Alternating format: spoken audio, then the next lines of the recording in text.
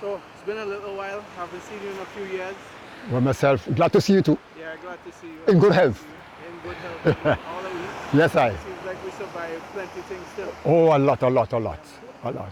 So I just wanted to like touch base with you and to find out, like how are you doing? Well, let me see.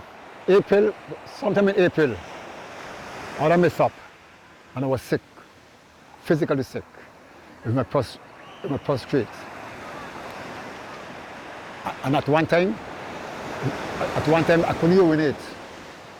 So my daughter-in-law got a taxi and took me to the hospital. And they put in a tube in the penis so that I can urinate freely. And I had in that tube for about 2 months plus. Because my tummy was like a pregnant woman. Urine just wasn't coming out. And as soon as the tube went in, everything cleared up. But there's a medication that they give me, say I have to take that continually every night. They say if I take that, the sickness will come back to me again and it will be worse than before. So that's the medication I am still continuing taking. But apart from that, I get back in good health. I took my vaccine, and last week I took my call it the booster. So right now I'm feeling all right. I feel all right. No problem physically for the time being. So when is the last time you've been out on a boat? Well, I don't know if I was there. It's about, let me see, the last one I can remember, the 4th of May last year. Monday, the 4th of May. I went to Samuel, his son, and myself. And we were very, very fortunate. We caught 4 blackfish the same day. And that was the last day I went off. 4 blackfish, and that was the last day I went to sea. So I threw my towel, hang up my belt as a retired man. So how much blackfish you ever catch? Me personal, as a gunman, Yeah. I think I reached 6 or 7 already. But I went off with Samuel and catch 7 to 8 already. But with me personal, as a gunman, between 6 or 7. What is the biggest one you ever catch? Oh, that is on record. That is on record. We had no chance whatsoever to take measurement of it or what. It was a Sunday. Samuel asked me if I want to take a trip off. Wasn't that boat they have there? Was a former boat than that. I said, yeah, no problem. Sunday, so he went off. We made the blackfish them. And I was fortunate. Shoot this monster, we call it a monster because of the size. And we shoot another one. But the next guy in the boat, I caught it to get away. So when we come and show, before I made show, I called Samuel. To tell Samuel. I said, Samuel, I have a monster coming home here. Whoever you plan to sell it, give, tell them go and get Sanford, the money man, to buy it. You see like now so? The whole beach, full of people coming to see this blackfish. Some saying, well, 99% saying it's the largest blackfish they ever see come through here. And that was on the 20th of April 2008. Very long time ago. What about the shanty? Shanty, well, Anybody singing? but the shanty stopped years no more, years. Stop singing shanty years. But I've been shanty singing a few 9 mornings ago, a few years ago, when I had 9 mornings. The fellow Jeffers used to ask me to come and render a few of the shanties I gave him for the morning. But I think I pack it up. 2 last questions, and then I'm going to send him to talk to you. To ask his question. 2 last questions. What is the shanty music to you? Like what do you think it is? Like Like, what is it for you? Okay, well, let me start how this shanty became that I have the recorded in the books. Well, I grew up with the boys them singing shanties when I catch. And when we start long after 1965, a Peace Corps came here and he heard about the blackfish fishing and he wanted to make some recordings about the shanties then. So that track over there, we went alongside that track there and he made the recording with the shanties then. Well, through that shanties then, I happen to know America about 3 or 4 times. I went to France and I went to Holland. I tell you, those shanties were very, very, very thing. When long ago when here we catching blackfish, especially like a moonlight, and we coming in late. Okay, let's say 2 boats is there, 1 is there. We give, move from there. Move yourself from there. Oh, yeah. You just talk to me. Okay. So, there's a shanty in the moonlight. We see out later like 9, 10, 11 o'clock. And everybody going down to bottle and glass until we come shore. On 2 occasions to help us pull up the blackfish then and for them to enjoy themselves with sports and rain playing all kind of thing before we shore. So the shanty was very, very, very good. These days, blackfish catching, and half the people, I would say more than half people don't know. Because there's no shanty to make them think, to enlighten them. And what about the blackfish? Like, what is blackfish to this community? Why do people catch whales? Why do people in Barrouallie catch blackfish? Well, when I growing up, I met up with the whale fishing, blackfish, etc. I had I grew up in a family for whalers. My father was a whalerman. My 2 uncles was a whalerman. And then I started officially with one of my brothers. Those days they had using the hand harpoon, not the gun, the hand harpoon. And then when I leave school, everything, and took up a trade, afterwards I decided to follow the footsteps. That's why, okay, the guy who died lately there, who is the oldest man who was alive, the blackfish, he was rated as #1 to get the blackfish then. People saying, and I'm saying, when I take over, I was the king. I had a belt. Even until now, people still rated that I was the best man out there. You know, with the railing. Well, okay, those days we catching, we caught 3 types of whales. The sperm whale, the killer whale, and the pilot whale. Well, the pilot whale is really the we call it blackfish, but really it is the pilot whale. But with the sperm whale, years ago, when they used to melt to get the oil to ship away. And then the killer whale. One time I was unfortunate and still fortunate. Struck one of the sperm whale and they bust the boat. The Grenadines and they go and they come back and they bust the boat, punch the boat. We are going to take off our clothes and tap at the boat and bring it to shore. Those days was what we call hard days. So my aunt, who was the owner of the boat, told us, anything out of catch, just be careful. Unfortunately, with this sperm whale, only sperm whale that we caught. A very big one.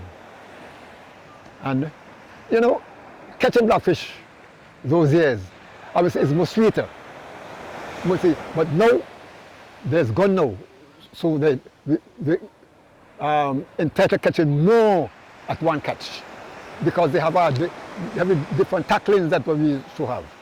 Because, for example, you can shoot 3, 4 blackfish one time, just put them on a buoy. You call them buoy, but it's boy, B-O-Y. You put them buoy, and when you finish, we go and take up them and thing. So you can shoot 4, 5, 6 at one time before you start to kill them. Long ago, when we shoot one according to the size, we got to hold that, maneuver with that, and do all kind of thing with that. Take some time. But now, we catch more for one catch, which I was involved with Samuel catching 8 at one time. That was the most at one catch. It was very good. Fishing the blackfish is very good, and sorry, it's something that I won't like to say, but I will say it. Years ago, when we catch the blackfish oil, there was a guy who, with American accustom to Mr. Arundel, Mr. Gifford Arundel. He used to store the oils them in barrels, and ship used to come from Trinidad to buy the oil from we here. So when he had the oil, the market for the oil, and the boat catch there, we the fishermen were happy. Everybody in Barrouallie happy. But a fella, I don't know what happened to his mind. There was no mistake, just greedy. He mixed one of the whale oil with the other whale oil, spoil the market. Now, the blackfish oil, they bought that to make like a medicine like. The sperm whale oil was to make candles and soap, etc. But he took the two oil, mixed them together and spoil the market. He was alive until last week Monday, a week for last Monday. But apart from that, blackfish fishing is good. And I will tell you, a lot of people hustlers them, they do well. These days, well, it's not only lately here, a few of the younger ones them take up the trade as vendors. For example, the same one who told about, she said she met you. So those are young ones who making a living from the blackfish catching. And they're doing well. They're doing well. Final question, and then Proceed. what do you think about the idea of whale watching? Well, for me personal, I will say it's a waste of time. It's a waste of time. For me personal, it's a waste of time. Why? But I don't know if it's how I grew up with black, we catching the whale kind of thing. So it's waste of time. Now, for example, a guy say, well, he follows our neighbors about the whalers. He wants a boat to go and do whale watching. Well, unfortunately, he ain't doing nothing.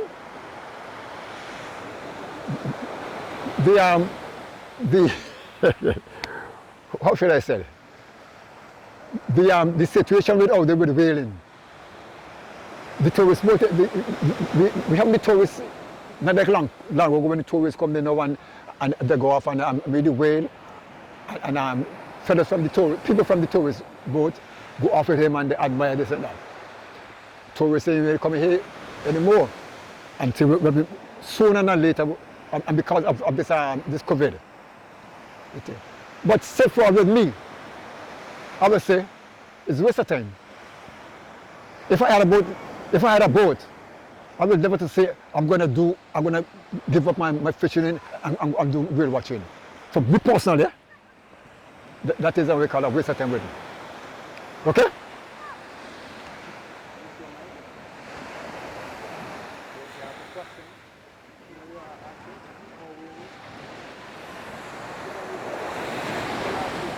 Last time I was here, you were saying you wish you could have go out on the boat. Just go and sit next to him right with me and just ask him any question you want to ask him. On the hard boy. I can hear you with the mic. So just ask him any question you want to ask him about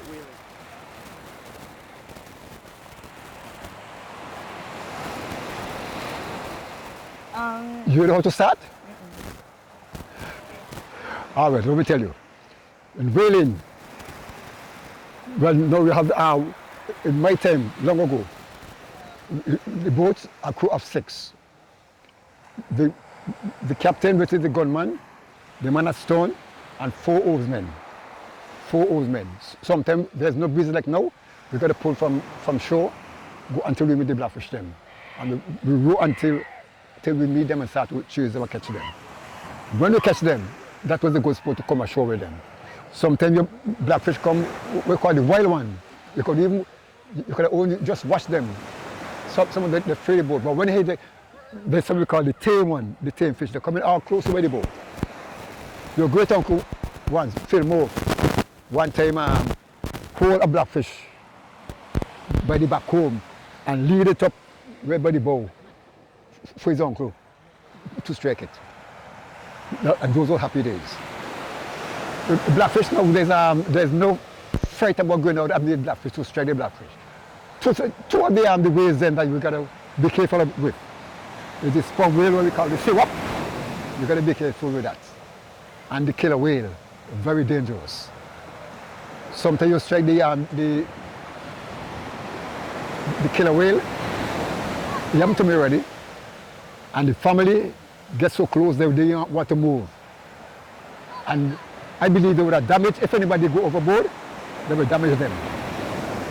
But with the sperm whale, what we call the siwap, you could carry your boat right up on top them, but don't touch the tail. Don't make your boat touch the tail. Very, very, very dangerous. But then go to touch the tail. Well, the strength of the sperm whale them is in the fin. I mean the back home. The back home, the tail. So anytime they touch them like that, they do so. One mash up already. One turn overboard already with the tail. But with the blackfish, you have no problem with the blackfish. What else? Okay, so it's like an uncle film will touch like the back and the wheel, right? I will tell you how it happened. I will tell you how it happened. It was same fish. And they were so close to the boat that my brother, which is still my brother too, tell him hold the blackfish there, alongside the boat, and lead it right up to the bow so that he can get it to strike there. Because wait a bit alongside the boat there, he can get a chance to strike it. Yeah, so if you take like a boat, right, like other boat, and you go out there, and like you get one of the same tame fish, right, and then next to the boat, and a sperm whale come, what do you do? When you saw the sperm whale, strike the blackfish. What you got to frighten about is the killer whale. That's why most of them fellas say they can't make the blackfish then. Because 9 out of 10 times the killer whale around the area, which is the whitefish, they chase the blackfish away. They chase them away. Chase them down and eat them and things. So the reason why when the killer whale is around the area, you don't see blackfish much. So how much time a killer whale reach show? Like then? Huh? How much time a killer whale reach show? Like where I'll catch? How many times? Yeah, like how many times some you catch? Oh, well, it varies because the killer whale is not so popular in our waters here as the blackfish. So it's very rare you might meet some killer whale and you happen to catch one or two. Because in all my years going off, I only catch two of this sperm whale. And that's sperm whale, the killer whale. One in Miller boat and one in whose boat? One in I think it was a Miller boat, you know. Yeah, it was a Miller boat. So two of them in a Miller boat? Yeah. 2 occasions, eh? Huh? Not what, 2 occasions. Why hardly meet them around here? Most time you can't see the blackfish then. That means the killer whale is around the area. Because they just chase the blackfish them away. So that when they was talking about to ban the blackfish because we're catching too much blackfish, we object to that. Because since killer whale around, they chase the blackfish. So we can't catch enough. So we can't take. Look, it's much when they catch a blackfish. It's just purpose they catch it. We can't catch enough blackfish to see where to kill any thing. Done. Oh, ja. That was great.